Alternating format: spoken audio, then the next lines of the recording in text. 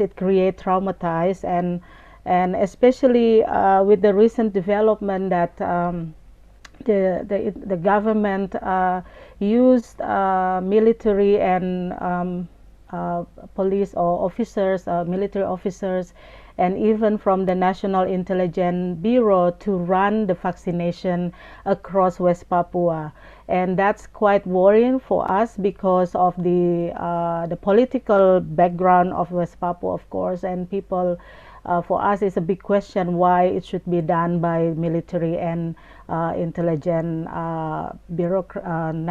being or National Intelligence Bureau, because it should be done by the health department, and maybe they can organize volunteers if they have lack of numbers of people to do the vaccination. But that's a big question, and we have some reports from the place like in Wamena, in Kurulu, for example, the military from the Air Force, they did the vaccination in Kurulu, in Wamena. So they went to the villages and they went to the Silimo and brought people together in front of their Silimo honais, and then started to vaccinate people without a proper process of that. So it's quite worrying, because then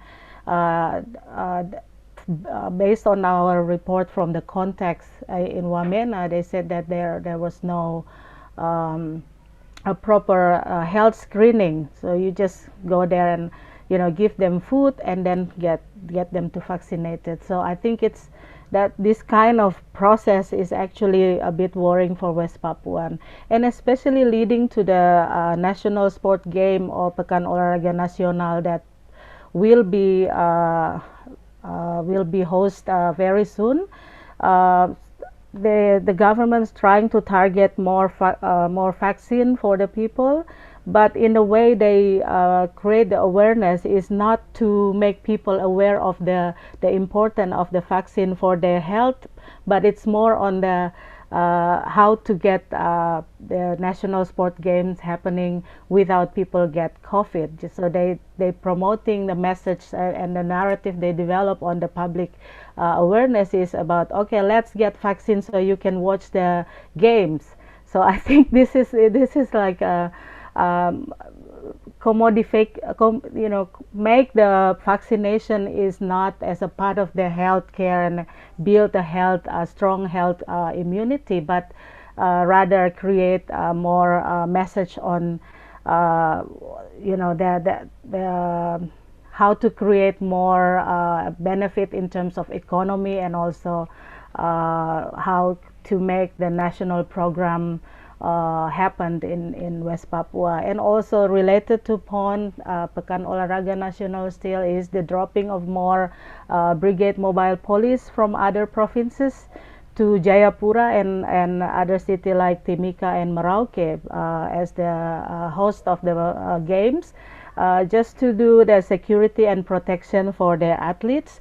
But for many of us it's not necessary, because police is already we already have many police and brigade mobile police in Jayapura and in other cities. So it is so obvious that with the presence of more police, military police and BRIMOB in those cities, it creates tension that people thought this is not a games, but this is more on the security project. So yeah, so that's a little bit kind of situation at the moment. And you can also find in the news and media that mention that some athletes will be provided with the security from their own police, from their own province. Yeah, thank you so much, Rosa. I mean, the complexities of COVID creates an additional complexity, I guess, to the challenges that are faced in West Papua in regard to human rights and Papua more generally. Can you give us an insight into the background to that human rights situation, particularly what you're trying to achieve through the Make West Papua Safe campaign? As we can see, someone's I think Margaret has popped the link in there to the makewestpapuasafe.org website for people who want. Mm-hmm. Thank you.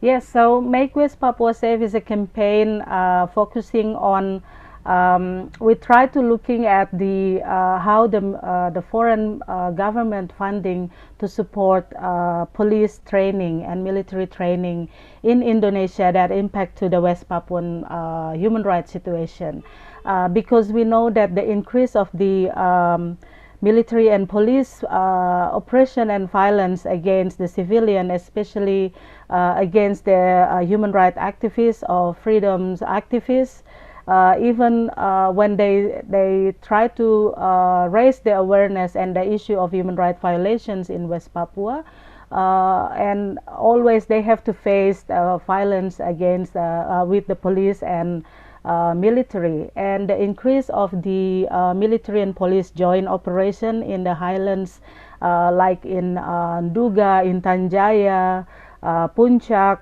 and recently in Tambrau, Maibrat, and in and Kiwirok. I think it's very obvious that we need to do something, and most of our findings from our campaign is that we found there is a strong link between the support of the foreign funding, especially from Australia and also some other countries like Germany, UK, even South Korea, to support police and military trainings, especially through the trainings of the police in Jaklek Semarang, that provide technology, skills, and knowledge for the officers to get more better as a police officer, and we knew and we found some of the names that have high position on the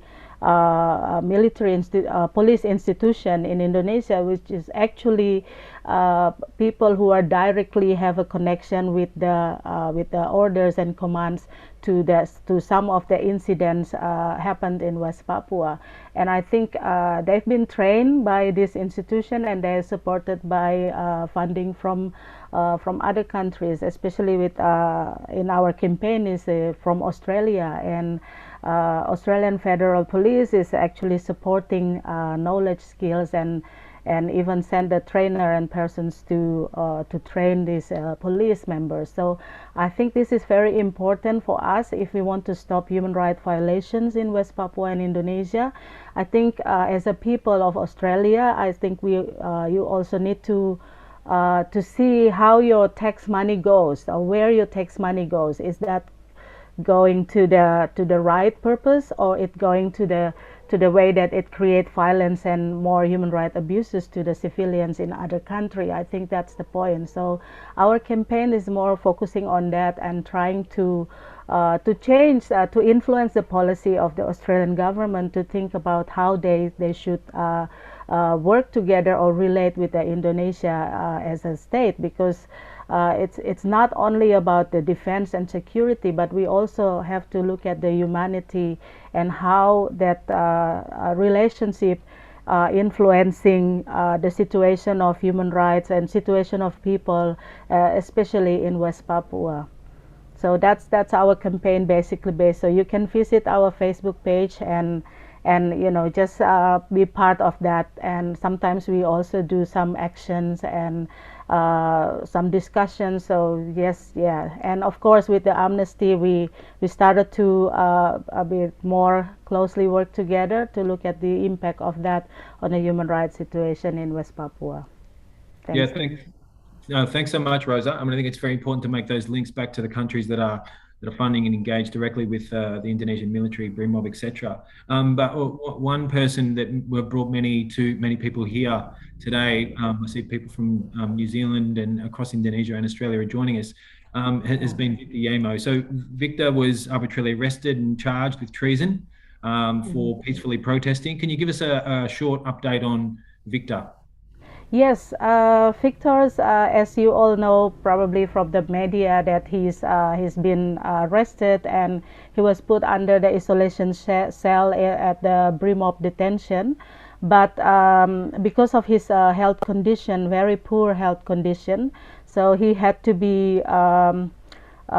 he was very sick. So finally, human rights defenders, lawyers, and activists, people managed to get him to the hospital, and now he's under the medical treatment, and he got quite serious illness, especially something related to his lung. He has TB, and it's on the level of the resistance drugs TB. So it means that he needs more longer treatment, and at the moment he's on the treatment, but we know that it will take quite long time for the treatment, and it will influence the legal process of his case. So the lawyers now is trying to get him to get more time for the treatment, especially because it seems like he'll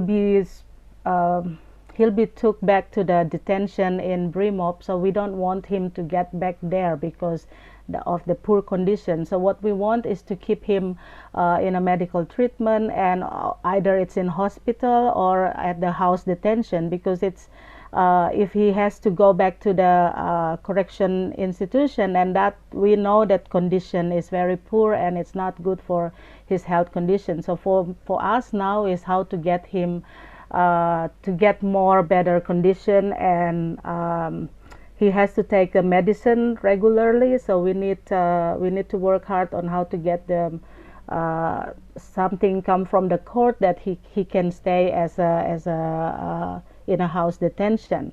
So at the moment, that's the only update that I can give. Nothing really make the progress, but in terms of the process, we need more support from the public to make sure that he will get a proper medical treatment.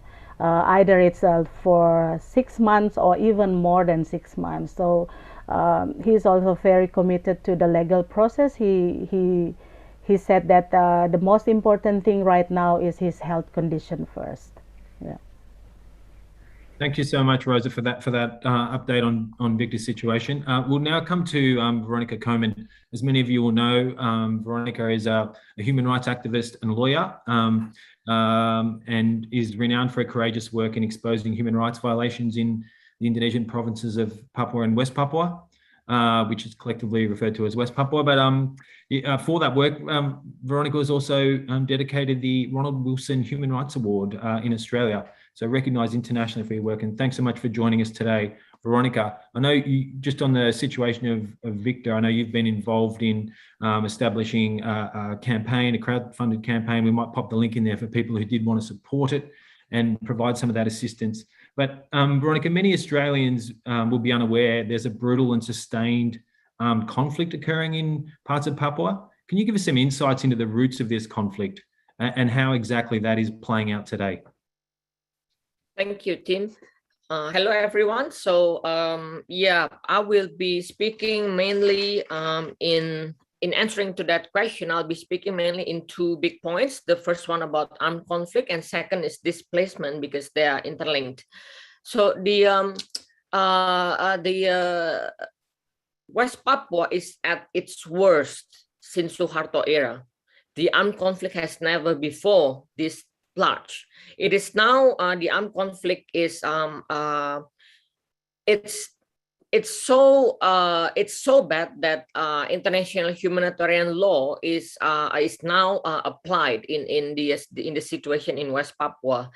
So it's the armed conflict is currently at least in currently in 9 regencies. And it's spreading to outside Central Highlands, because it used to be in the Central Highlands where the stronghold of the Liberation Army is. It's now spreading outside Central Highlands. And there's also, we have to question that why Indonesia keeps insisting to use military approach while it is already proven fail, like right now. The military operations in West Papua is like I said earlier, that it's worst since Suharto era. But why the National Liberation Army has never before this strong and this big? They are getting stronger. They are getting larger. So it's very ironic, right? It's when Jakarta is trying their deploying so many military, but instead of crushing the Liberation Army is stronger than never before. I mean, the strongest ever. So From my interviews with the people on the ground, why there are many the Liberation Army getting stronger, I can at least identify 3 factors why there are many new soldiers, and they are mostly young people. The first one is because this new military operations by Indonesia create more hatred. So this is cycle of violence, and so that's why more, especially young people, joining the Liberation Army. Second one is because there are so many tens of thousands of internally displaced persons right now, IDPs, and these IDPs, many of them are also joining the Liberation Army because they are unassisted. I will go to that later. The third factor is that many of these the IDPs are often subjected to interrogation by Indonesian forces, and that they are Indonesian forces suspicious of them, accusing them of freedom fighters. So they feel like they're safer in the forest. So they join the Liberation Army. They feel safer that way. And then that is at least what I can identify. And what is more important, why it's so tragic that this armed conflict situation is being so overlooked, is that because there are many hundreds of child soldiers in West Papua. But I would like to ask you to please not put your Western IHL perspective, international humanitarian law perspective, because we are talking about indigenous community who already have their own set of law of war even before the IHL was even discussed in the West. So I interviewed the child soldiers and the people on the ground in 3 regencies, and this is consistent to my interview as well with Yogor Talengen. Yogor is a freedom fighter who's now sentenced to life in prison. He was the only West Papuan ever to be prosecutors sought death sentence to him. So why there are child soldiers in West Papua, I can also identify at least 3 reasons. The first one is that because in their villages, there's no school. So they grew up as children with no school in their village. So all they know is that, and they are also, they were born in war zone.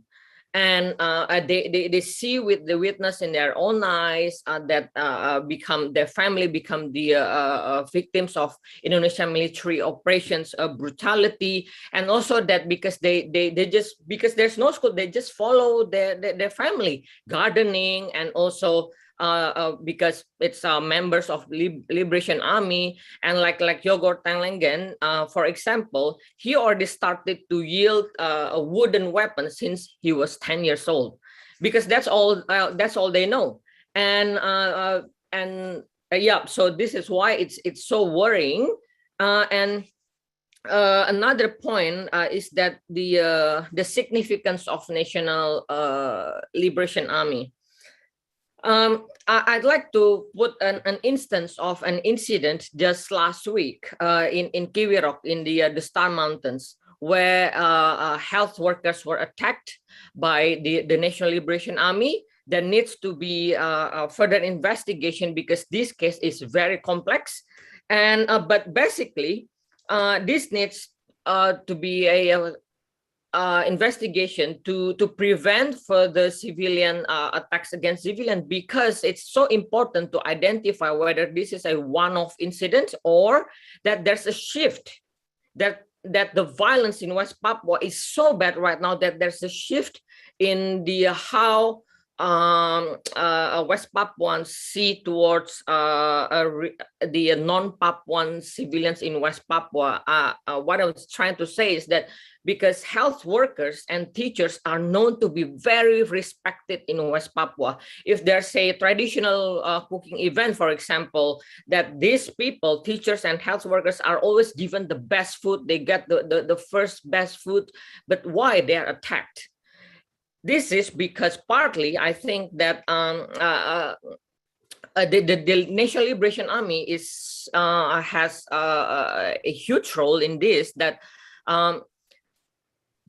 this is also a factor why how we can see that the West Papua National Liberation Army is a national liberation army, not a terrorist group, because they have the popular support of the people they are defending. That's important under IHL.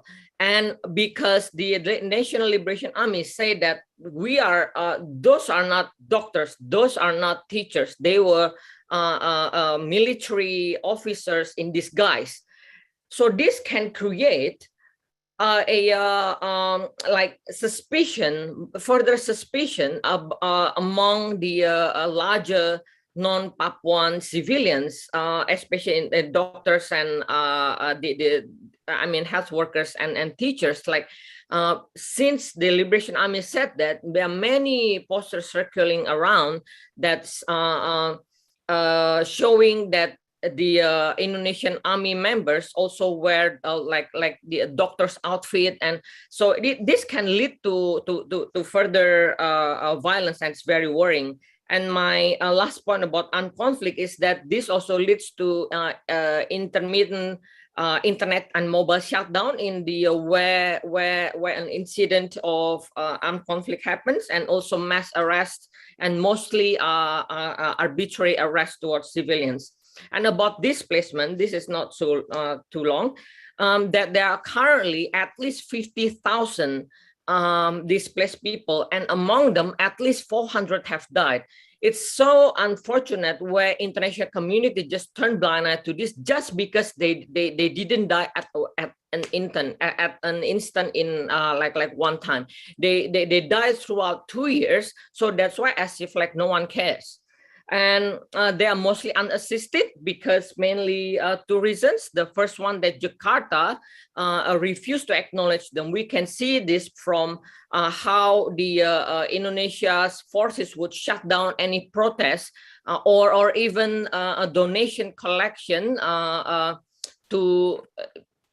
for this cause for the displaced people. It's because by acknowledging that the IDPs, it means Indonesia is acknowledging there's problem, and Indonesia doesn't want that. That's why they're shutting down any information about IDPs. And second one, because there's a custom in among the West Papuans that they cannot receive aid from their enemy. They're in war with Indonesia, so then they don't want receiving any help from their enemy. This goes to my conclusion that there needs urgent international assistance in West Papua. First, because that trust gap that I just elaborated, that in 10 years ago, the Indonesian Scientific Agency identified that, for example, that the lack of development was identified as one of the root causes of the conflict. I don't think that's even relevant anymore. The distrust is so deep that it's no longer relevant. That West Papuans, many of them are saying that they don't want any more development because it's as if like Jakarta is trying to buy off their lives. And also like for example, like vaccines as well. West Papuans refuse vaccination because they don't believe that Indonesia could give something good for West Papua. It's impossible. That's why it must be poison or something. And it's also important for international actors to start approaching the National Liberation Army, because like I said, they have a huge role in shifting how civilians in West Papua are seen. There's a paranoia. Well, this is actually common paranoia in armed conflict situation where are they spies? Are they military in disguise? That kind of situation. I think we are already in that situation, and we can't let it worse because it could be very dangerous. And then, of course, international actors to approach the Indonesian government to please mediate with the West Papuan people as an equal. Indonesia used to be able to do this with Aceh. Why not to West Papua? Yeah, that's from me from now. For now, I mean, thanks, Tim. Yeah, thanks so much, Veronica.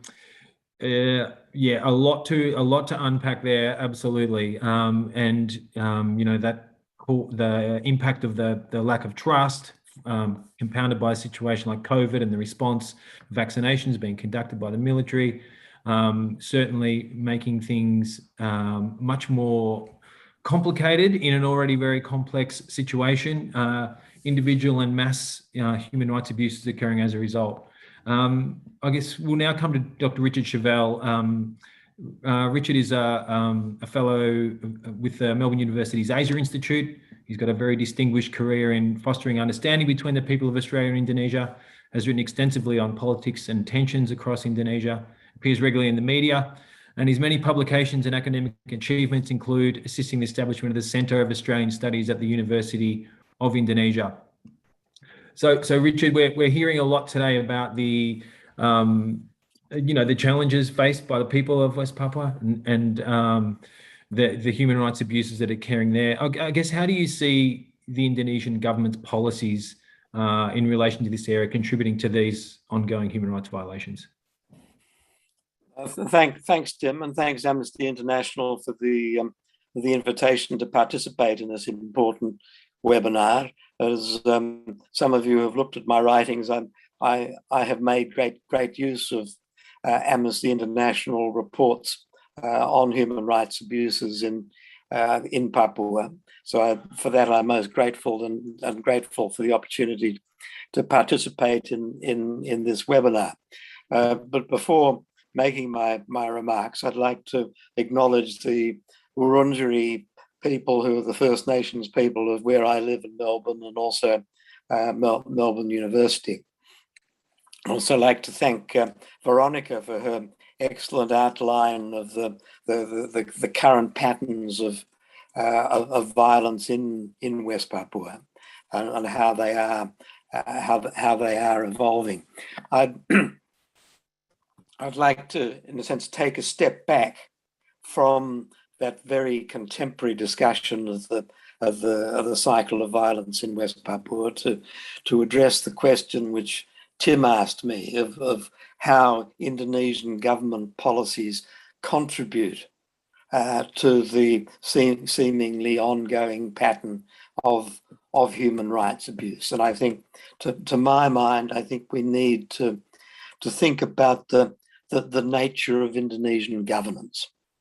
You know, I think as Amnesty and Human Rights Watch and others have noted in reports over the last two decades, whereas human rights abuses elsewhere in Indonesia have tended to diminish, that has not been the case in West Papua, and they've been asked to address the question of why this is the case. And I'd rather than think about human rights abuses as a legal issue and a moral ethical issue, I'd like to advance the argument that we need also to think about human rights abuses as a governance problem. You know, what is it about Indonesian governance in Papua and West Papua which really makes human rights abuses, military operations, as Veronica was outlining for us, such an integral part of, such an integral and ongoing part of Indonesian governance. And I think it comes back, and we have, I think, to think about how governing Papua looks like from Jakarta's perspectives and interests. We can reflect back on Indonesian administration since 1963, and there has really, from that time onwards, and in many sense going back into the Dutch era, there has been armed and political, diplomatic Papuan resistance to in Indonesian control. So I think from Jakarta's point of view, it's confronted with a situation of what sort of governance can Indonesia try and develop in West Papua when a significant portion of the population does not consent to Indonesian rule.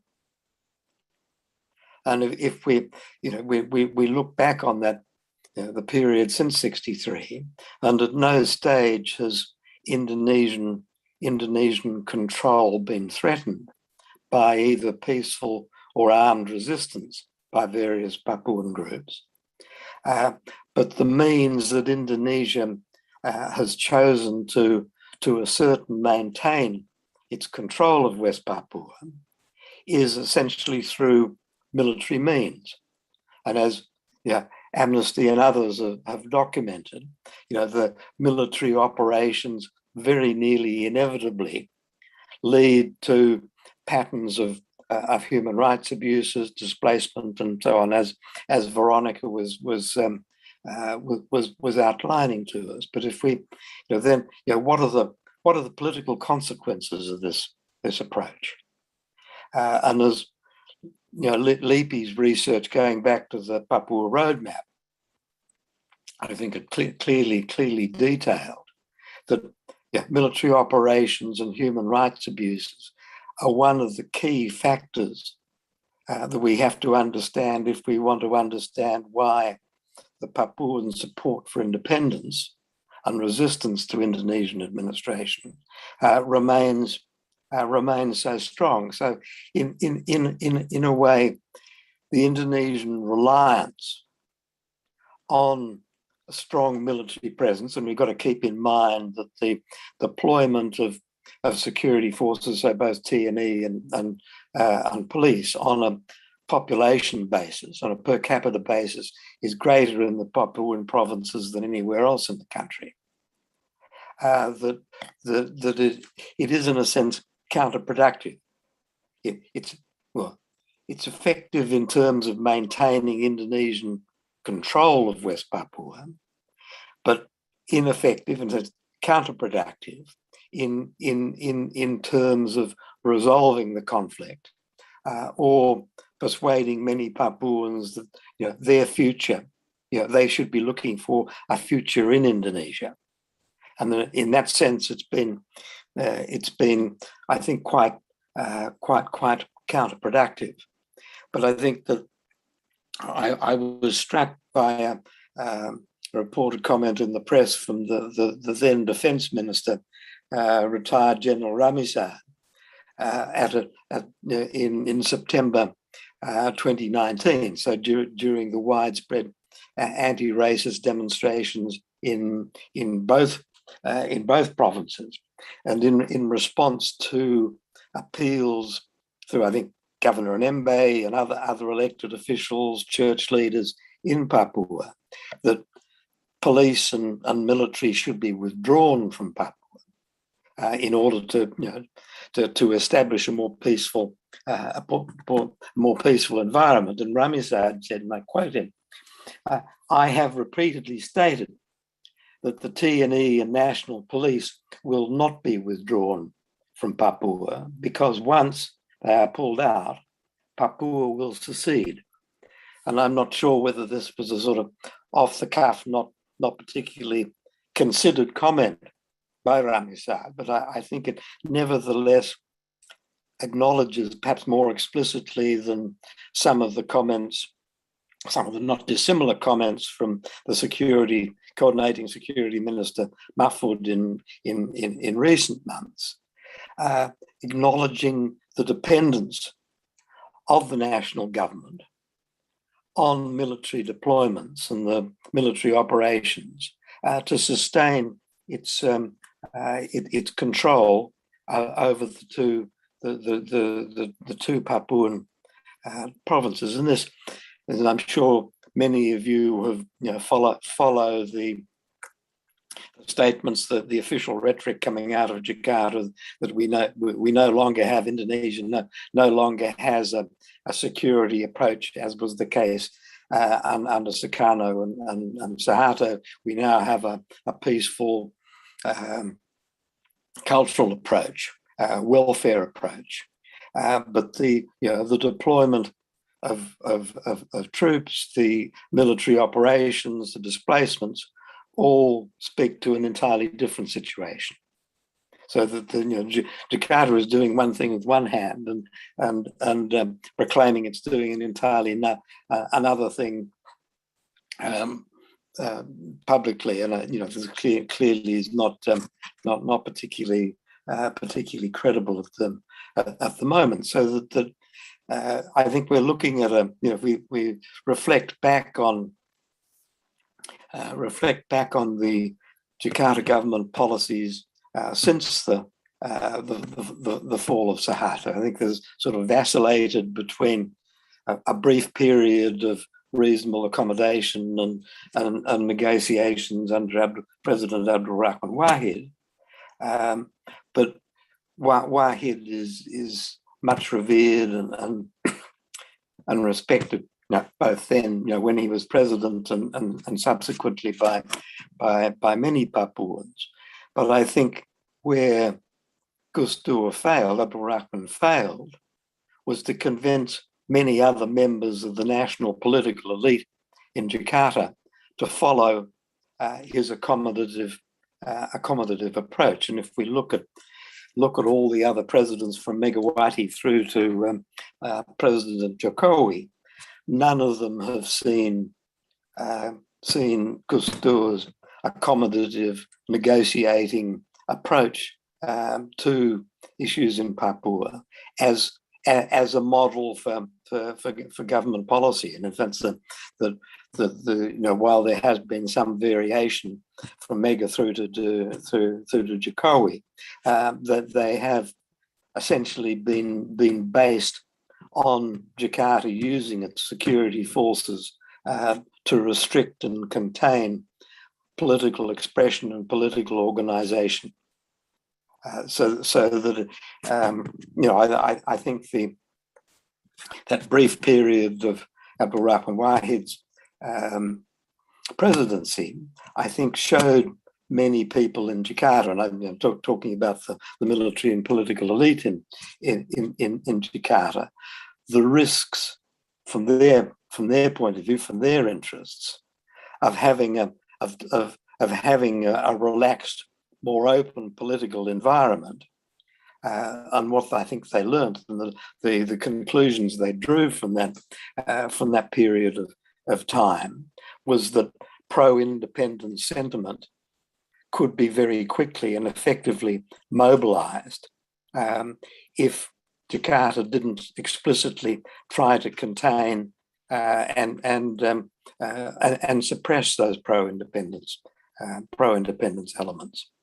So I think that is, I think that goes back to the issue of the nature of Indonesian governance, and I think it's important to see the dilemma from the policymakers' perspectives and interest in Jakarta, and they can reflect back on the so-called Papuan Spring and see the risks to Jakarta's interests in that more relaxed attitude to political control.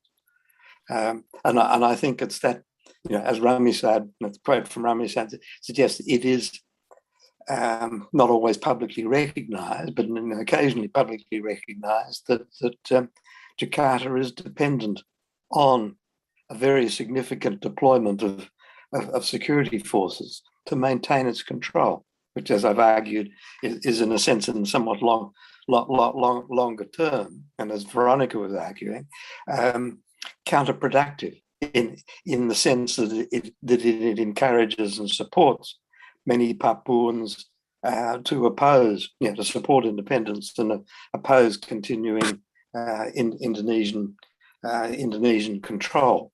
And I think it's important to think of it as a governance problem.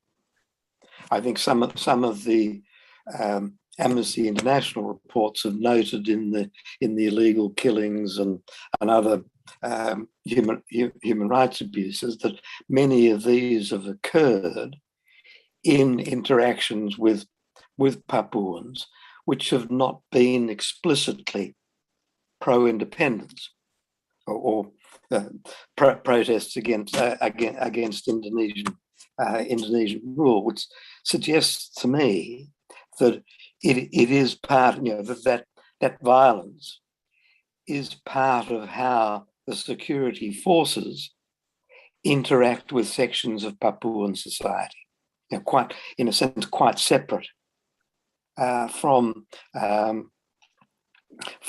suppressing pro-independence opinions. So, I think you can develop that into an argument about how violence has become part of the security forces' institutional culture, which poses the problem. It's going to take more than an email and a WhatsApp from Jokowi to stop it. You're talking about generations of a culture of political violence, and how you turn that about, I think, is going to be complicated. Which is, I think, one of the reasons why I've always been attracted by Budi Hanawan's analysis of torture in West Papua, and how, part of Budi's argument is that human rights, torturing and human rights abuses are not kept secret. Part of their purpose is to display that violence to a greater group of Papuans than simply the people being attacked. So there is the broader intimidation effect. But I think Budi, has drawn our attention to the way that this has become institutionalized. So, to address the question of human rights abuses in terms of Indonesian policy, it is going to be a complex and long-term problem to address. If we look at the very partially successful attempts by LIPI and the Papuan Peace Network to encourage a dialogue with the national government, this has been largely unsuccessful, and I'd suggest it's been unsuccessful in part because of Jakarta's lack of confidence to develop a system of governance that is not significantly dependent on the security forces. So if I could briefly turn to the second point that I was... just quickly, Richard, we haven't got a whole lot of time. Yeah, sorry, mate. It's all right. The issue of Papua and the bilateral relations between Australia and Indonesia, and the role of human rights in that. I think, reflecting back, Papua has been an issue in the bilateral relationship really since 1950, and I think many of us are probably too young to remember that from 1950 through to 1962, the then Menzies government in Australia supported the continuation of the Dutch administration in Papua. So in other words, opposed Indonesia's, Sukarno's claim that Papua was part of Indonesia, and for a brief period when a cooperation agreement with the Australian colonial administration in Papua was in force, supported in principle the idea of self-determination for both sides of the island, so that the Menzies government was most reluctant in 1962 to accept the New York Agreement and then the Act of Free Choice, and we can run through the various crisis points of the 2006 refugees, and then the short-term suspension of military military training. All and the resolution in inverted commas of the asylum seekers in the Lombok Treaty. We're all aware of how Papua continues to be an issue in the bilateral relationship, and I think it was notable in Dutton and Payne's recent visit to Jakarta. In a sense, the language of that was really within the framework of the security agreement, security partnership, and there was virtually none of the language that we can look back at the Lombok Treaty. There was no discussion about the activities of pro-independence activists in Australia. The only interesting aspect in Minister Payne's press conference and media release was the several times mentioning of developing trilateral cooperation, Jakarta, Canberra, and the Pacific. And given that the Pacific Islands are the focus of much of the UNWP and Papuan international lobbying on independence and human rights issues, I think that was one of the most significant points that came out of Dutton and Payne's recent visit to Jakarta. So I think I've probably gone over my time limit, so apologies for that. No, thanks, Richard. I mean, it's fascinating. Fascinating theories that you bring there. I guess I'll come now to Usman Hamid, and many of you know Usman is the director of Amnesty International in Indonesia. He's got a lifelong commitment to human rights in his home country. He's been coordinator of Contrast, involved in presidential fact-finding team that investigated the murder of Munir. He studied it in Australia and also in the US and the UK. Usman, I guess on that theme, Richard was touching on, the human rights abuse as being a kind of a product of governance. I'm interested in your views on that. But what do you see? Is that one of the key barriers to delivering human rights to the people of Papua provinces? Well, thanks, Tim. I think the key barriers, among others, for Papuan people to ensure human rights and justice is, stigmatizations and the labeling politics, as well as the weak rule of law. But before I elaborate these points, let me firstly welcome the public statement made yesterday by the UN Special Rapporteur on the situations of human rights defenders, Ms.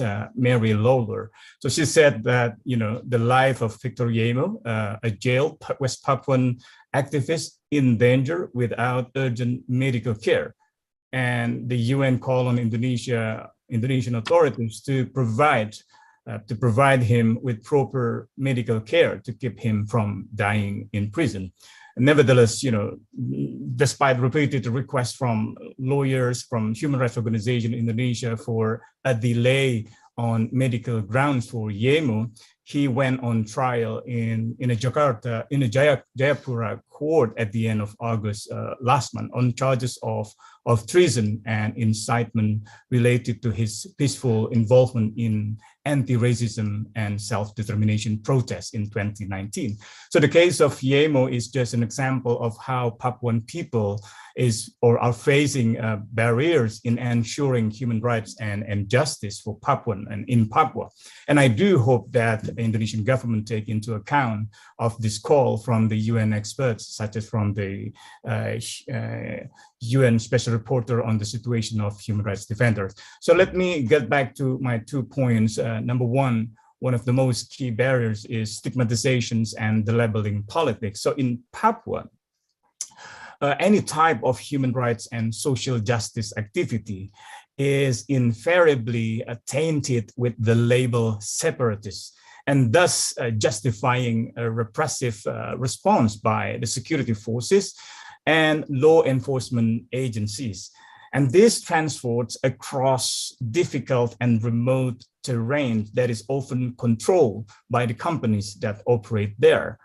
And moreover, this has also, significant implications to the security and protection of the Papuan people, such as Yemo and others, who wants to fight for human rights and justice. And in recent years, the situation is even more complex, added to the already difficult and dangerous conditions, the potential for horizontal conflict in such diverse and deprived communities are exacerbated and provoked by external parties that have an interest in conflict, and be it to discredit the communities or to argue in favor of military deployment and armed responses. So in short, the state's security approach against peaceful activists such as Victor Yemo or other pro-independence armed groups, coupled with labelization or stigmatization and negative perception among security forces that label Papuan as separatists, have resulted in a more and more human rights violations. And this approach has done little to end pervasive culture of impunity in the region. The second point of the key barriers, which I mentioned in the beginning, is the weak rule of law. The people of Papua have never seen justice. Justice has never been delivered for Papuan, for the marginalized, for the oppressed. For example, in 2018, we published a specific report on unlawful killing and impunity in Papua.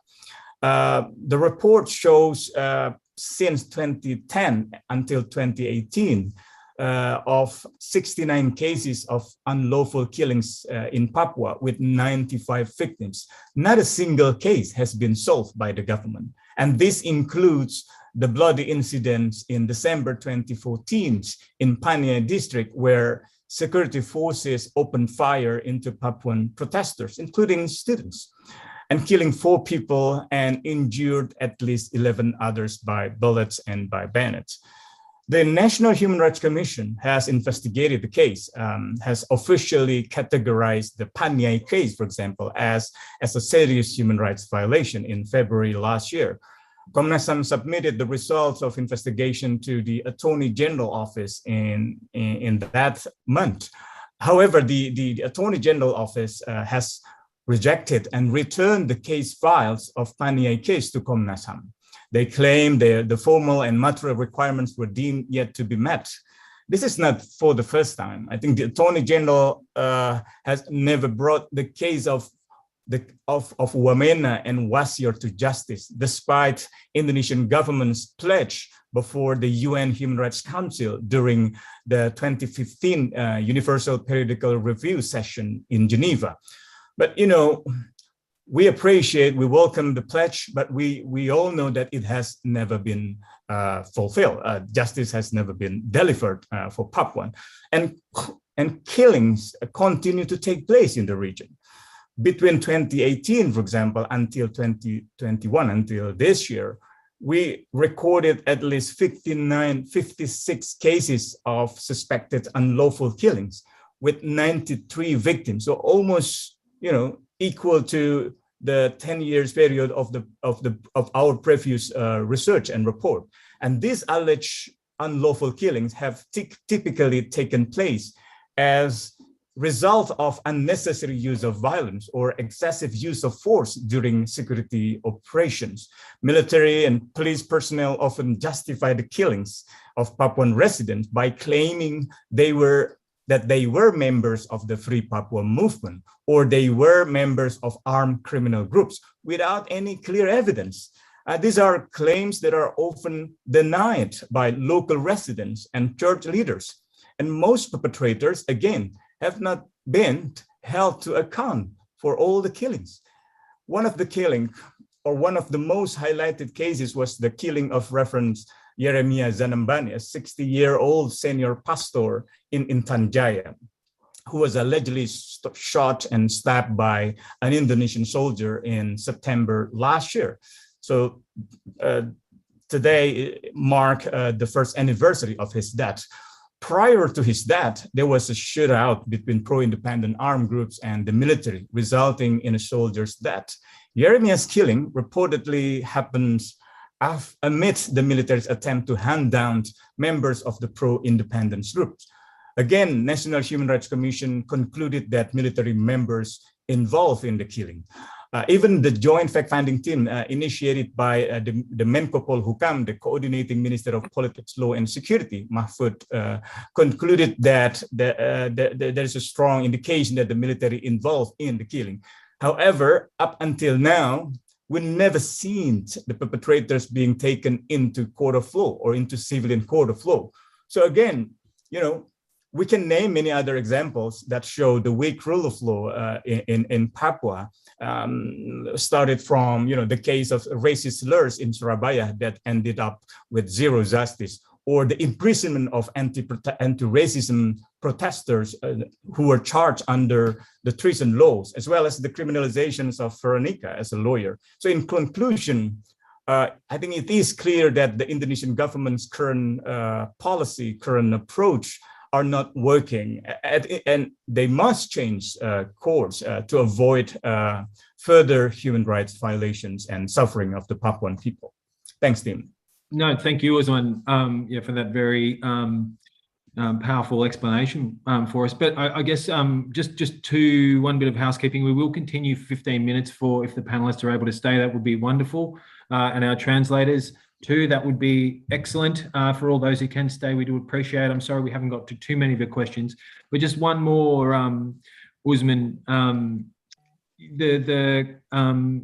lot of the talk in the chat is about the complicity of the international community. Australia, as Richard mentioned, was recently up, the Defence Minister and the Foreign Minister meeting with their correspondent positions in Indonesia, and they forged a new agreement.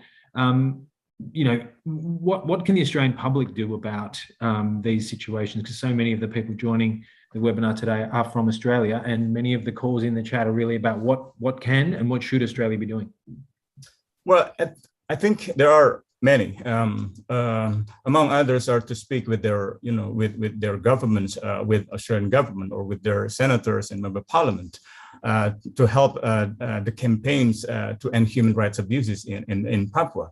One of our suggestions is for the Australian public to push or to call on Indonesian or Australian government to speak with Indonesian government and to call for the Indonesian authorities to ensure that indigenous Papuans are given meaningful involvement in every Jakarta-driven policy, and also to investigate, to prosecute perpetrators responsible behind the unlawful killings, which I highlighted in my earlier remarks, and also another suggestion, perhaps, to make use of bilateral talks between Indonesia and Australia, such as the one mentioned by Professor Richard Chevelle. I think to call for the Indonesian authorities to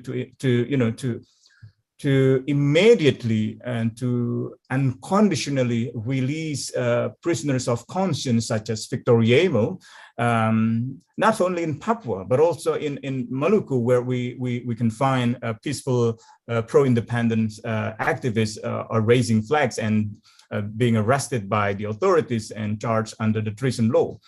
I think during bilateral talks or bilateral agreements between Indonesia and Australia, Australian public can try to call on Australian government to make sure that every government, every single development aid or assistance in justice sectors, in security sectors, including the Lombok Pact in 2006, to be used as a space for calling on Indonesian security actors to be held accountable, or to push Indonesian government to drop all the makar, the treason charges brought against the peaceful political activists who expressed their political opinions peacefully, or to advocate for independence peacefully in Indonesia. Another suggestion, perhaps, to explore, possibilities for Australia or international community to broker a peace accord between Jakarta and pro-Papuan independence. I think indeed Papua is the most volatile area in which separatist movement remains highly active, and the desire to separate from Indonesian unitary state continues to be strong, and even stronger, as Veronica mentioned about it. And of course, there are many reasons, ranging from economic underdevelopment, lack of trust, and other political disappointments to decades of human rights abuses. But I think, again, we have a very good precedent in Aceh, where international community, key governments have helped Indonesia, or have helped facilitating a peaceful dialogue between Jakarta and Free Aceh movement. And Aceh, once home to Indonesia's most aggressive separatist campaign from 1950s to the early 2000s, and has witnessed a peace accord signed in 2005, and it ended much of the conflict and all types of violence in Aceh. Of course, so Australian public can join our urgent action. Amnesty International Australia, Amnesty International Indonesia have started urgent action to call on Indonesian government to release Victor Yemo and other prisoners of conscience. And feel free for any Australian to join such urgent action. Absolutely, yeah. Thank you very much. Thank you very much, Usman. I might just go to questions now. We've got a couple of quick ones. There was one to you, Veronica, I think, mentioned that you were doing research, doing interviews with people that were suggesting that wouldn't be possible because of the internet blackout in Papua. Can you just give us a very brief explanation of how you did conduct those interviews? And I guess, and also that indication of what you think the international community should be doing to support an improved human rights situation in Papua. Yeah, thank you. So I conduct interview by calling them directly, because internet is often not working, and when it works, it's pretty much bad in Central Highlands. I call them directly, and then because it's not easy to interview West Papuans, because they might think, who are you working for? Are you spy? So it's after how many years that I finally gained their trust. And some of the interviews I already heard about child soldiers since when before I was in my self-imposed exile. So I interviewed these people directly, try to investigate about child soldiers before judging using Western perspectives. And I still conduct frequent interview and West Papuans who are in the conflict. I mean, just like fresh shootings, for example, they usually go to neighboring towns to get the signal, and then they will try to inform other people about what happened. So that's how. And that's also why when there's a big incident in West Papua, we have to wait several days so that the witnesses already reach towns when they're signaled and to safety.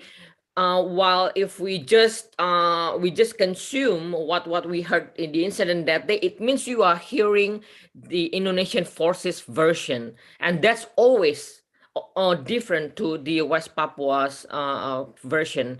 And about what international community can do is, I think particularly in Australia, the Australians must, I think it's time to rip off Lombok Treaty, because there's this problematic clause about that I think that's why the Australian government is so reluctant to speak about West Papua, as if because it might violate this treaty that's about Australia is respecting the sovereignty of Indonesia. We are speaking about human rights here. It's way above the doctrine of territorial integrity, human rights, and even self-determination. It has higher hierarchy under international law. It's above just the doctrine of territorial integrity, and I think that's a major problem in Australia, and it's a shame that according to, based on the Guardian investigation published, I think last month,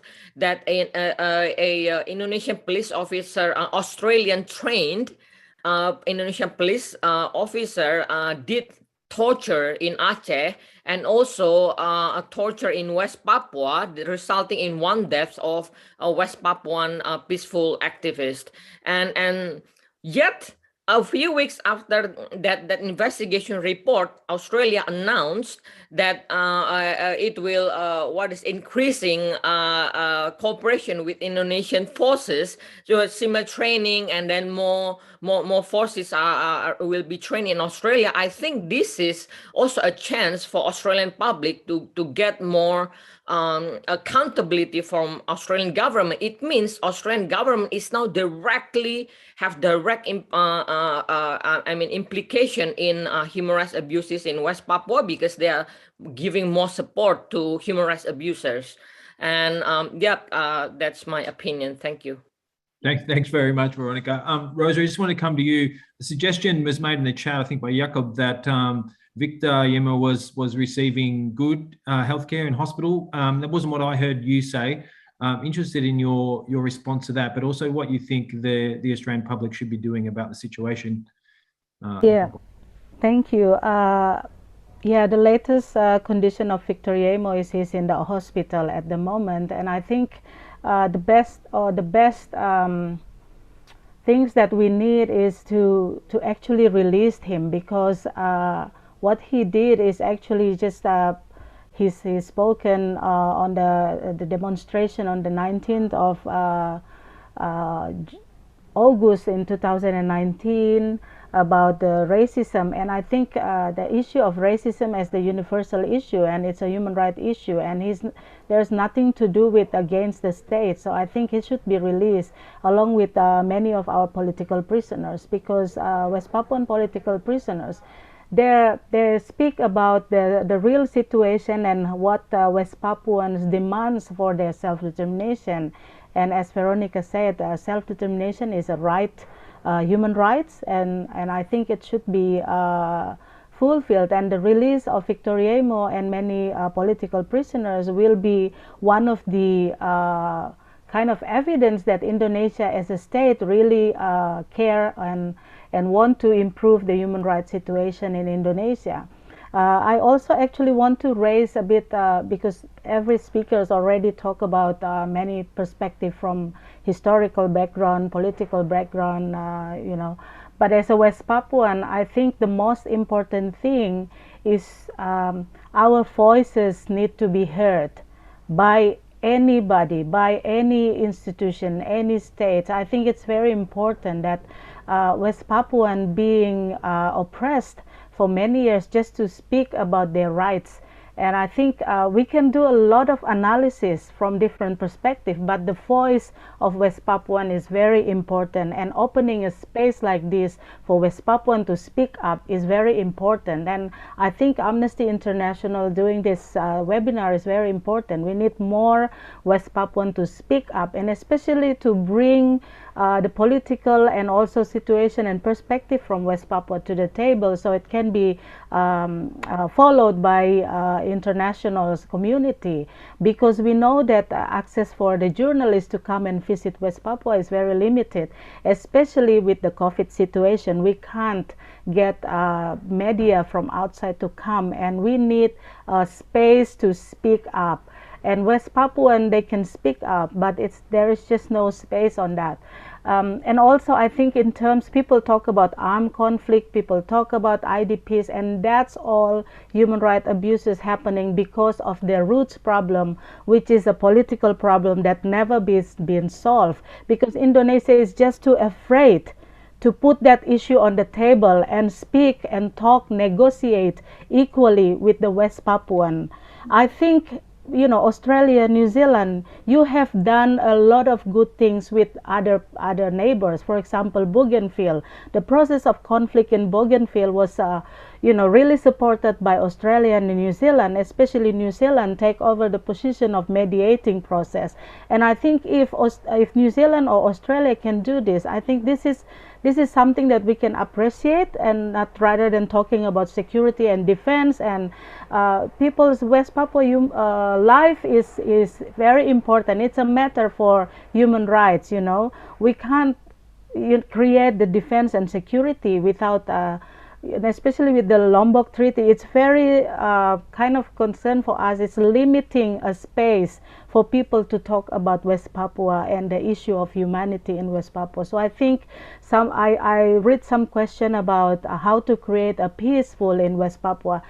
Peaceful situation only can be resolved if we are willingness to, there is a willingness from the Indonesia as a state to talk about human rights, to be honest with their human rights violations that are happening, to stop the military operation, to stop the killing of the ordinary people, and use that political conflict as an excuse to send more troops, like what happened in Intan Jaya, in Duga, and we all know that this all motivation is not to protect people, but actually to secure the investment area, because they're targeting Wabu block for the gold, the next gold mining, and also in those areas is all related to the mining interest. And we all know that. While he just published a report about that, and we knew that, and all this infrastructure project and development project that planned and run by the Indonesian government, it's all investment oriented. It's not for the development.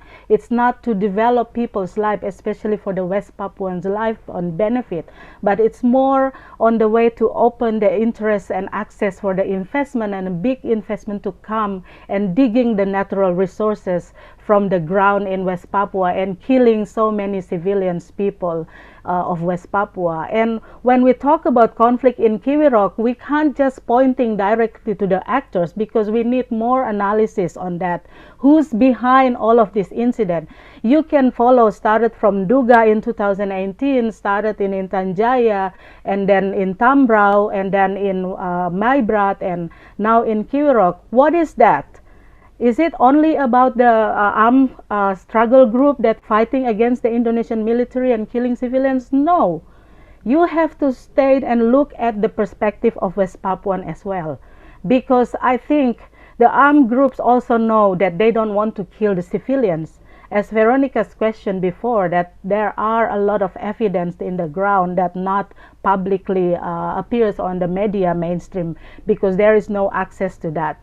So I think we need to develop that perspective, not only looking at that the state perspective, but also try to look at the perspective of West Papuan. We've been killed, we've been experienced all this racism, discrimination since the beginning of the integration to Indonesia in 1960. And I think that experience is already enough.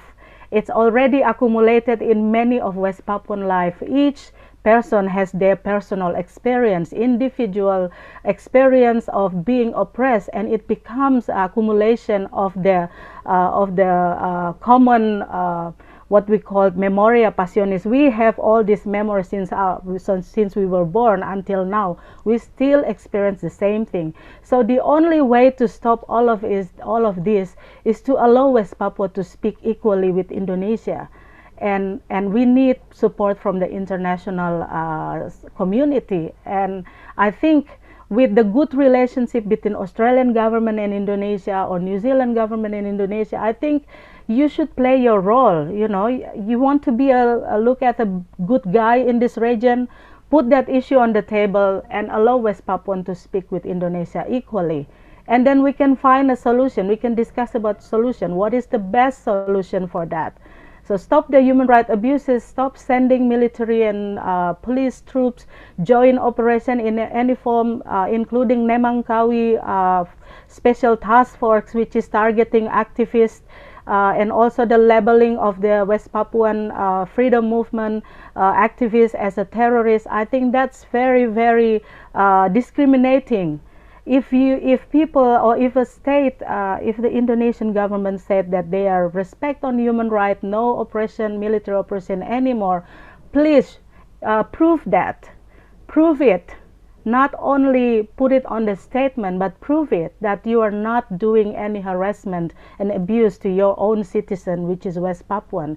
Because if you're still doing this, you have to accept that West Papuans still speak up about their right to freedom, right for independence and self-determination, because there is no hope.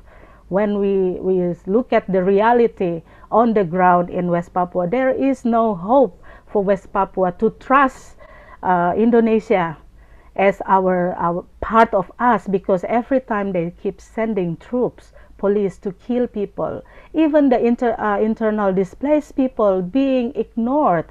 There is no approach. Even the Palang Merah Indonesia is not going there to look at the victims of this conflict. So to whom we should cry for? Because the only way to do it is to fight against that violence. The only way to do it is to fight against this injustice. And people like Victor Yemo and many of the activists, they went to the street and they speak up, because our voice being blocked and not being heard. So this is the moment that I want to call for your solidarity. Anything you can do to stop any human rights violations that happen in West Papua, please do in your capacity. Either you are a journalist, you are activists, you are parliament members, human rights officer, or whatever your position is, please do, because we talk about human life. We are not talk about the territory, politics. We talk about humans' life, and West Papuan lives is matter for every one of us. Thank you. No, Rosa, thank you very much. I'm sorry to conclude this conversation, but that's a very powerful way, I think, to end it. It has been a fascinating and illuminating conversation today. I do want to thank the translators for the wonderful work they have done. Give yourselves a pat on the back. And I also particularly want to thank the team at AI Indonesia, particularly Narina and Afra Novel, who've helped pull this webinar together over the last few weeks. My colleagues at Amnesty Australia, particularly Dan, who's taken on the tech duties today, and also Rose for initiating the conversation, Lucy and Joel also for their support. I particularly want to thank the speakers for providing such incredible insights. I mean, it's a very interesting thread that has run through the conversation throughout the day. Those human rights abuses occurring on the ground, and the trust that is lost from that, and how that becomes a cycle, and how I think Richard talked about that being human rights violations being a problem of governance for the Indonesian government, particularly. Veronica talked powerfully about the impacts of conflict and the displacement of 50,000 people now who are removed from their homes in West Papua, and Usman, of course, with his very articulate summation of the very complex issue. If you are interested in more of these conversations, do please get in touch, fill out the evaluation form, let us know. We are committed to raising the voice of people like Rosa, who have so much to say. I do again encourage you to take action for Victor. There are many other prisoners of conscience in Papua that we also continue to fight for. And also, ultimately, thank you very much for participating today, for coming along. I'm sorry we didn't get a chance to go to all your questions, but I hope you enjoyed the conversation. It will be recorded, and we will send you a version in the next couple of days. And again, thank you and farewell. Okay, many thanks, Tim. Thank you. Thank you, Amnesty. Thank you. Thank you, Pak Richard. Thank you, Tim. Thank you, Pak Usman, Veronica, Pak Richard.